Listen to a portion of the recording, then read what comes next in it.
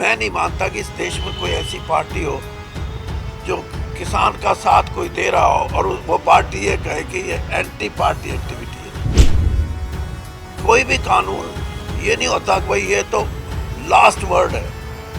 कानून तो बदलते रहते हैं। हमने 1100 से ज़्यादा पुराने एक्टों को रिपील किया था, तो जिसकी सार्थकता ना हो, जिसका एडवांटेज ना हो, उसको रिपील कर देते हैं। तो बड़ी बात नहीं है कि मेरी पार्टी ने रखा था और आप मेरी पार्टी। मैं ये कह रहा हूँ कि जीएसटी उससे बड़ी एग्जाम्पल नहीं कोई उसमें। तो आप इसे देखिए, मैं तो आगे मैं होऊंगा, पीछे कार्यकर्ता होंगे। ਮੋਦੀ ਸਰਕਾਰ 'ਚ ਜਿਸ ਸਮੇਂ ਮੈਂ ਮੰਤਰੀ ਸੀ ਉਸ ਸਮੇਂ ਕਈ ਕਾਨੂੰਨ ਰੱਦ ਕੀਤੇ ਗਏ। ਇਹ ਕਹਿਣਾ ਬੀਜੇਪੀ ਦੇ ਸਾਬਕਾ ਮੰਤਰੀ ਅਤੇ ਸੀਨੀਅਰ ਲੀਡਰ ਵਰਿੰਦਰ ਚੌਧਰੀ ਦਾ, ਜਿਨ੍ਹਾਂ ਦੇ ਇਸ ਬਿਆਨ ਨੇ ਬੀਜੇਪੀ ਦੀਆਂ ਰਾਤਾਂ ਦੀ ਨੀਂਦ ਖਰਾਬ ਕਰ ਦਿੱਤੀ। ਨਾਲ ਹੀ ਬੀਜੇਪੀ ਸਰਕਾਰ ਸੋਚਣ ਨੂੰ ਮਜਬੂਰ ਹੋ ਗਈ ਕਿ ਕਿਸਾਨਾਂ ਦਾ ਅੰਦੋਲਨ ਜਿੱਤ ਵੱਲ ਨੂੰ ਵਧਦਾ ਜਾ ਰਿਹਾ ਹੈ, ਕਿਉਂਕਿ ਕਿਸਾਨਾਂ ਦੇ ਹੱਕ ਵਿੱਚ ਹੁਣ ਬੀਜੇਪੀ ਦੇ ਲੀਡਰ ਵੀ ਆਉਣੇ ਸ਼ੁਰੂ ਹੋ ਗਏ ਨੇ। ਆਓ ਸੁਣਦੇ ਹਾਂ ਚੌਧਰੀ ਵਰਿੰਦਰ ਸਿੰਘ ਦਾ ਕਿਸਾਨਾਂ ਬਾਰੇ ਕੀ ਕਹਿਣਾ ਹੈ। मेरा भी विश्वास बना के बारिश होगी। तो मैं भी ये मानता हूँ कि जो लाखों लोग आज ये कह रहे हैं कि हमारे को इंसाफ मिलना चाहिए, उनको इंसाफ मिलेगा, और इसीलिए वो ये कह रहे हैं कि हमारी बात सुनी जाए। तो मैं आज ऑन रिकॉर्ड ये कह रहा हूँ कि किसी भी समस्या का समाधान डायलॉग से हो सकता है, कन्फ्रंटेशन से नहीं हो सकता। और डायलॉग की भी जो अब ये स्टेज आ गई है कि डायलॉग भी कंक्लूसिव होना चाहिए, कंक्लूसिव। चौधरी साहब, आप किसानों का साथ बीजेपी में रह के देंगे, बीजेपी से बाहर देंगे या बीजेपी के खिलाफ देंगे? देखिए, बात ये है कि मैं नहीं मानता कि इस देश में कोई ऐसी पार्टी हो जो किसान का साथ कोई दे रहा हो और वो पार्टी ये कहे कि ये एंटी पार्टी एक्टिविटी है। तो बीजेपी तो सबसे बड़ी पार्टी आज देश में, और किसान के हक में खड़ा होना, मैं ये समझता हूँ कि वो उस कैटेगरी में नहीं आता जिसमें आप मेरे से पूछना चाहते हैं। 20 से ज़्यादा किसान मर चुके हैं। वही पार्टी बिल लेकर कानून लेकर आई और उसी के विरोध में जैसे आप कह रहे हैं। और आपके बेटे एक ने मैं पहले लोकसभा में नहीं पहले मैंने इनका जवाब दे दूँगा। भैया, बिल्कुल ठीक बात है। यही पार्टी है जो जीएसटी का कानून लेके आई, उस पर बहस भी हुई और चर्चा ऐसी हुई कि विपक्ष का एक नज़रिया बना के हम इससे सहमत नहीं है, लेकिन वो बिल पास हुआ। उसके बाद जो जीएसटी काउंसिल बनी, उसमें 29 राज्यों के लोग थे और भारत सरकार थी। 100 से ज़्यादा अमेंडमेंट हो चुकी हैं उसकी अभी विद इन 2 ईयर्स, और यूनैनिमस हुई है। यानी प्रजातंत्र का यही तो गुण है। आज भी मैं ये कहता हूँ, मैंने कोई भी कानून ये नहीं होता कि भाई ये तो लास्ट वर्ड है। कानून तो बदलते रहते हैं। मैं जब मोदी जी की कैबिनेट में था, 1100 से ज़्यादा पुराने एक्टों को रिपील किया था। तो जिसकी सार्थकता ना हो, जिसका एडवांटेज ना हो, उसको रिपील कर देते हैं। तो ये कोई ये बड़ी बात नहीं है कि मेरी पार्टी ने रखा था और आप मेरी पार्टी। मैं ये कह रहा हूँ कि जीएसटी उससे बड़ी एग्जाम्पल नहीं कोई उसमें। तो आप इसे ले लेना चाहिए कानून। नहीं, आप देखो कि ये जो स्थिति बनी है, इसमें मैंने फिर आपसे मैं ये कहता हूँ कि आप मेरे से जो पूछना चाहते हो वो मैं 50 साल राजनीति में ऐसे नहीं खोए। हाँ, ट्राई टू अंडरस्टैंड। मैं ये कहता हूँ कि डायलॉग के माध्यम से सब कुछ हो सकता है। टीकरी बॉर्डर या सिंगू बॉर्डर खुद जाके किसानों को समर्थन देंगे या छोटू राम विचार मंच के कार्यकर्ता ही वहाँ पर पहुँचे? देखिए, मैं तो आगे मैं होऊंगा, पीछे कार्यकर्ता होंगे। नंबर 1 बात। नंबर 2 बात ये भी आप मान के चलो कि मेरे को जिन यूनियन के माध्यम से वहाँ मैनेजमेंट है, और मैं I give full credit to this agitation कि वहाँ कोई भी धींगा मस्ती, कोई घटिया बात आज तक नहीं हुई है, बड़ा डिसिप्लिन्ड है। तो मुझे ये बताया गया कि जब यूनियन के लोग इस बात की सहमति रखेंगे कि वीरेंद्र सिंह हमारे बीच में आए, तो मैं जाऊंगा। मैं ऐसे नहीं है कि वहाँ मेरे को ये कह दें कि साहब आप आ तो जाओ, बोल नहीं सकते। अब राजनीति में बोलना ही सीखा है, आने का क्या मतलब।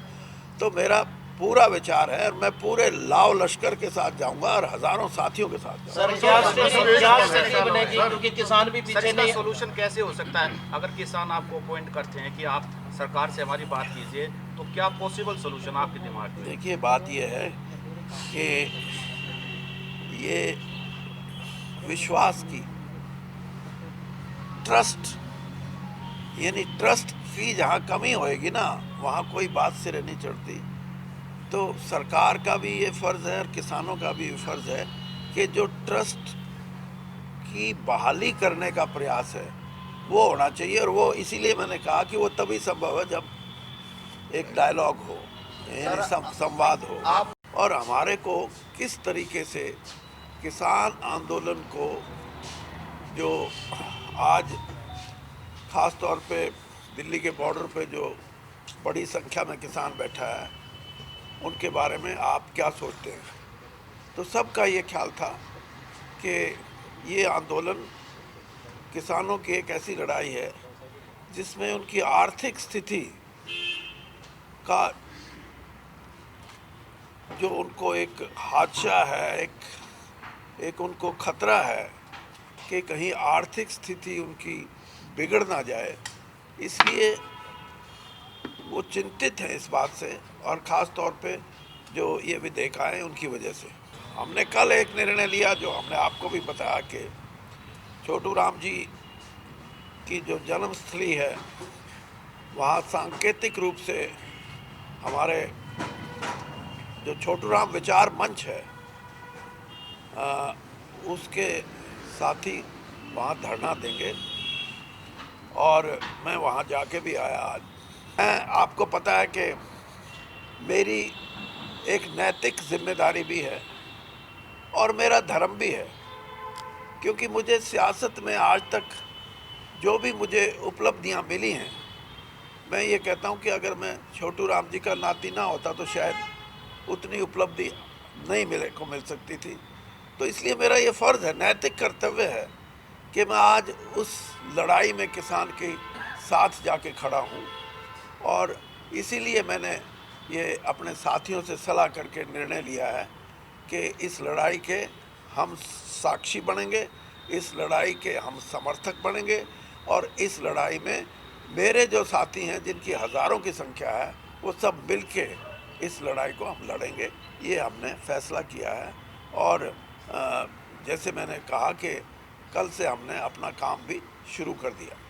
तो भविष्य में किस तरह का आपने कहा कि साक्षी, किस तरह आप किस तरह का शामिल होंगे या किस तरह धरने होंगे? ये अभी आप जब आए तो हम यही बात कर रहे थे कुछ साथी, लेकिन अभी फ़िलहाल हमने ये सोचा है कि जो भी दिल्ली के आसपास के जो ज़िले हैं हरियाणा के, वहाँ हम सांकेतिक भूख हड़ताल करेंगे, जैसे आज उनके गांव में हमने किया। और साथ साथ हम 2 दिशाओं से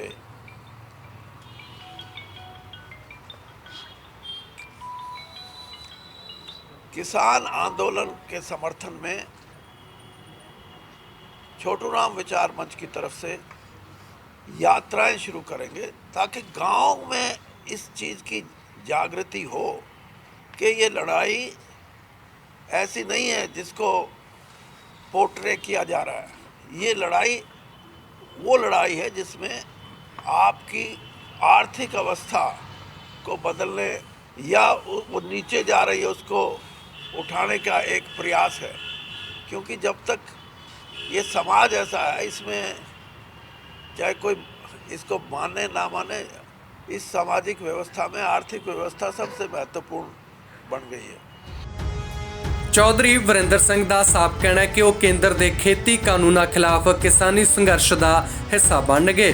ਮੈਂ ਖੁਦ ਆਪਣੇ ਵਰਕਰਾਂ ਤੋਂ ਅੱਗੇ ਹੋ ਕੇ ਕਿਸਾਨਾਂ ਲਈ ਲੜਾਈ ਲੜਾਂਗਾ। ਚੰਡੀਗੜ੍ਹ ਤੋਂ ਬਿੰਦੂ ਸਿੰਘ ਦੀ report D5 channel Punjabi. D5 channel Punjabi ਹੁਣੇ ਸਬਸਕ੍ਰਾਈਬ ਕਰੋ, ਬੈਲ ਆਈਕਨ ਤੇ ਕਲਿੱਕ ਕਰੋ।